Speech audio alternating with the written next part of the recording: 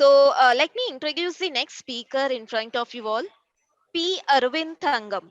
CA Arvind Thangam, a second generation CA at his firm, Paul and Arvind Chartered Accountants, based out of Coimbatore. He heads the consulting and advisory services wing of the firm. He is also an information system auditor certified by ICACA, ISACA Global Association for IT Governance.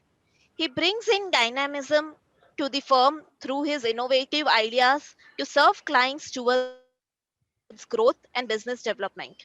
He has completed the post qualification course on indirect taxes organized by the Institute of Chartered Accountants of India. He is also a certified GST trainer of the Government of India, trained at NACIN Faridabad. His areas of interest are business consulting, indirect taxes, corporate financing, and system implementation. As a qualified chartered accountant, he is an active and dynamic public speaker addressing corporates, chartered accountants at various branches of SIRC, and students at various colleges and university. So, Arvind, over to you. Thank you so much, Shweta. Thank you so much for the introduction. And thanks to one and all at the Jamku team for inviting me to share my views with regard to Jamku. So, at the outset, a very good evening to one and all present here. It's a very delightful time for all the chartered accountants to be getting together at this point of the year when most of the compliances are much relaxed. I really thank the Jamku team for understanding and having this over a Saturday evening when most of us are on a much relaxed time. Right. So, to begin with, a day-to-day routine in a chartered accountant's day or to satisfy a client takes into account some broad aspects. That is the efficiency of our resources, how our team is able to perform, the timeliness with which we are able to deliver the services to our clients with respect to the various due dates and also the client expectation. The services, the dates could be multivarious, whether it is fixed by the government or whether it is fixed by the client. So say for example, there is a requirement to give some papers with respect to bank, the due date is fixed by the client, and whereas with respect to other aspects, the due date is fixed by the government. Then we have our own fears or limitations with respect to ensuring the quality of the various services which we are actually providing. See, that is also one of the various reasons why the chartered accountant firms don't really scale up. That is, whether my team would be able to ensure the same level of quality and assurance that I would be able to provide. So if we take these three factors together, then it is what will result in client satisfaction. And these three facets are what, in my opinion, Jamku actually bridges to address. Whether it is with respect to team management, whether it is with respect to managing due dates, whether it is with respect to assigning the various stages, the fields, we are able to ensure that there is a good quality of services as well. So, to share about how we actually came into Jamku. See, we have been using manual controls.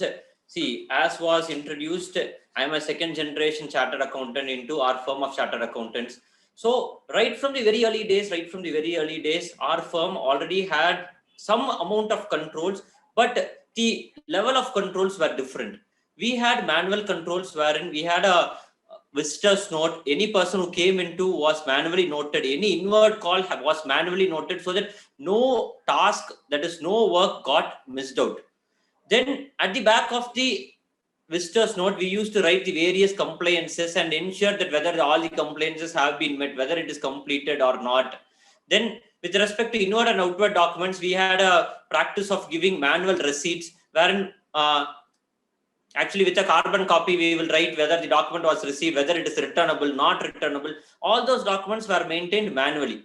I'm talking about the days almost around 2005 to 2007, even before those days. And then we tried our hand with a customized ERP. One good school friend of mine just ventured into starting up his own business, and father was also very supportive, and he told me, okay, let us try with our own software.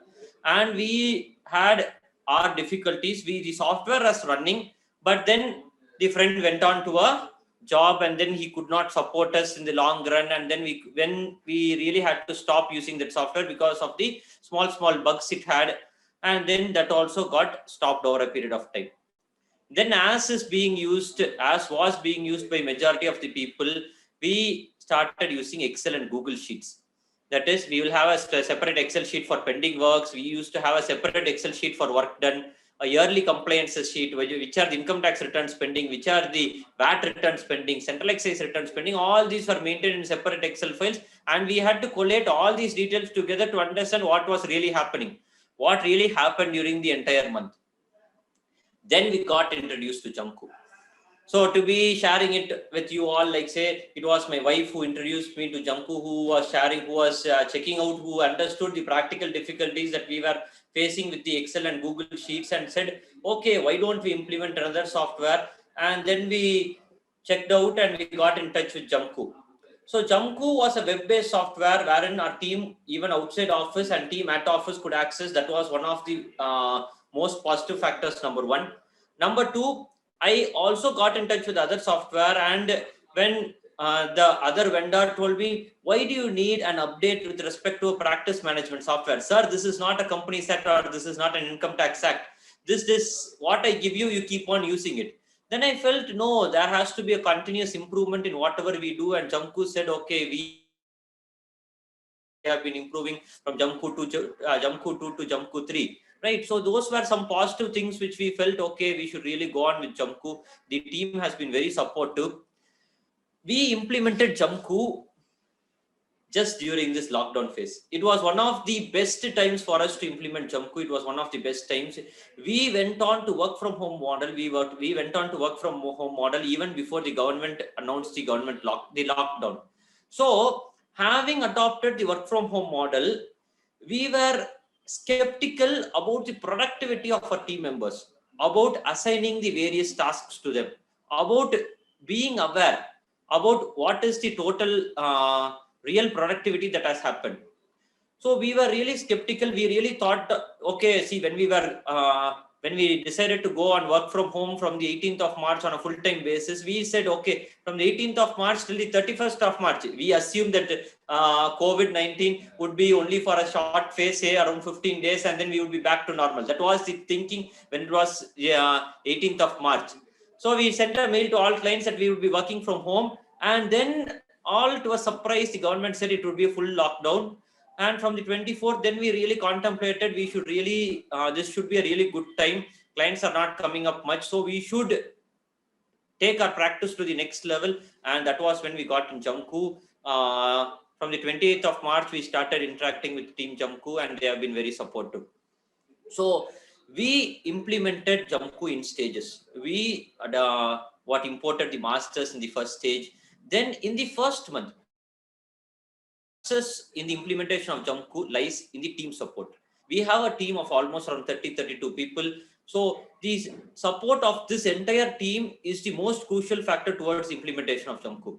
See, there could be n number of features, but only when it is taken up by the team, it is a real success. So initially we said, we will just add all the tasks. We will ensure that whatever task that comes in will be added in Jamku, and whatever task that gets completed will be marked as completed. We did not touch on the work done aspect at all. We just said that whatever, so that gave some confidence to the team as well.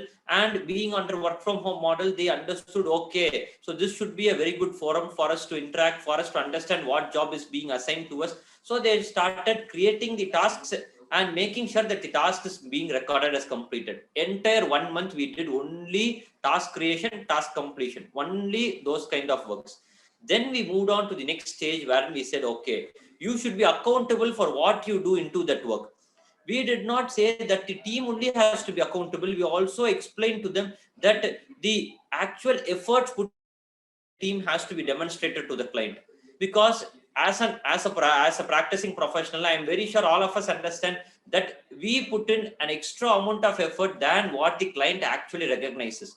So we really demonstrated to the team that, okay, see, even during work from home, even during lockdown, we are putting in effort, and that has to be really demonstrated And if the work done is really captured in Jamku, it could be a very good value addition for the organization as well. So this kind of positive words with them really helped us to ensure that they are updating the work done on a daily basis. So that was the most crucial factor about how we got set into Jamku. So to understand how it actually improves the profitability, service towards the client, we need to be more proactive, and the service has to be done in a very timely basis. So that is number one, or the most prioritized aspect with respect to service delivery. Once that happens, then you can very well tell the client, sir, time is money.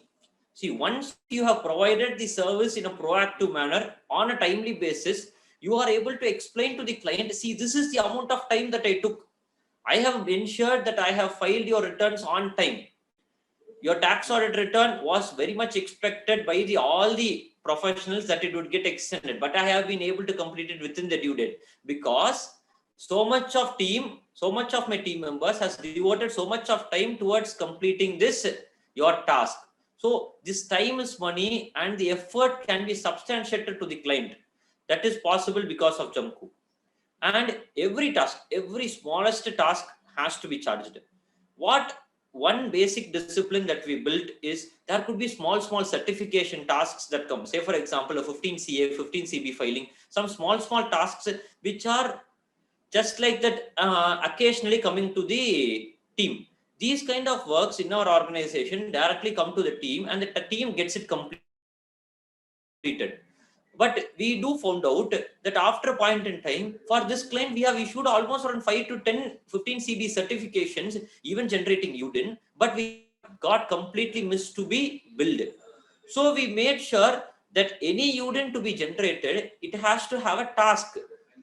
Only when a task is created in Jamku, the team member can proceed to generate a UDIN. Only then I would be able to share the OTP with respect to that UDIN. So these kind of things, so that ensures that whatever task, whatever service you do to the client is tracked, and it also gets billed. The client portal, which I will be open to share, which we have still not yet implemented, which we really hope brings in a lot of transparency between the professional firm and the client. We wish to grow into a situation wherein we are very transparent with the client, telling them, this is what we have done for you, this is what is our real value of services. So transparency is increased, confidence of the client with respect to the organization gets increased, thereby improving our profitability. With respect to conquering due dates and more, and the various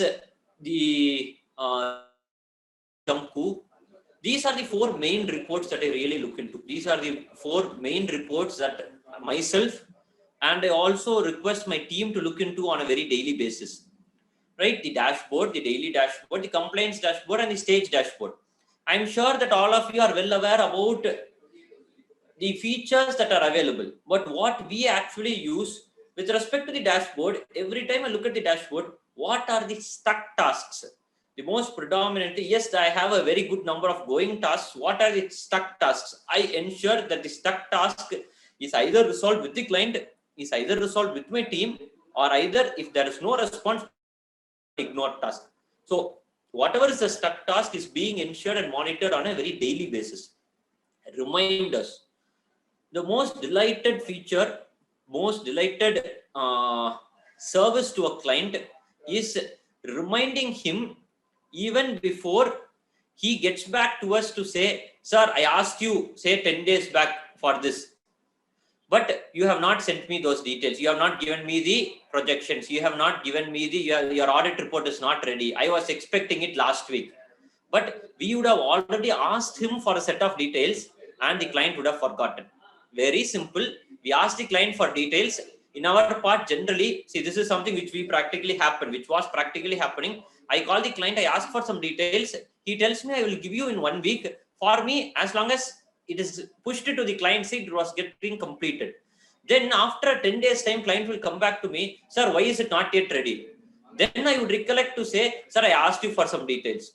But on the 7th day, once I fix a reminder, now I call the client and tell them, sir, you told me such and such day that you would give me the details within 7 days. We have still not yet received. Then the client says, oh yes sir, I missed to give you the details. I will give it to you today immediately. So these kind of reminders features are really very important.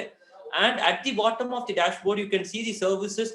What are the various tasks which are pending with each team member can be viewed in a very simplified manner, in a very gist manner in this dashboard itself by filtering with respect to each team member. Those regular tasks can be looked into over here, and that is also a very useful feature at the bottom of the dashboard. Then coming to the daily dashboard, every day the attendance and the time sheet, whether the team has actually clocked the time worked and hours, and whether they are present or not. Our admin also manages and monitors these kind of activities. Task stock report is the most crucial report. That is the opening tasks, the assigned tasks, what are the completed tasks and what are the pending tasks. Say for example, I call a team member and I fix the date 1st of January to the 15th of February. So between these 15 days, what is the number of tasks that has got completed? And there has to be at least a minimum amount of tasks which has to get completed. There cannot be a situation where no task has got completed. So these kind of monitoring with the team member also helps them to improve their efficiency, and also what contributes towards the development of the firm organization as well.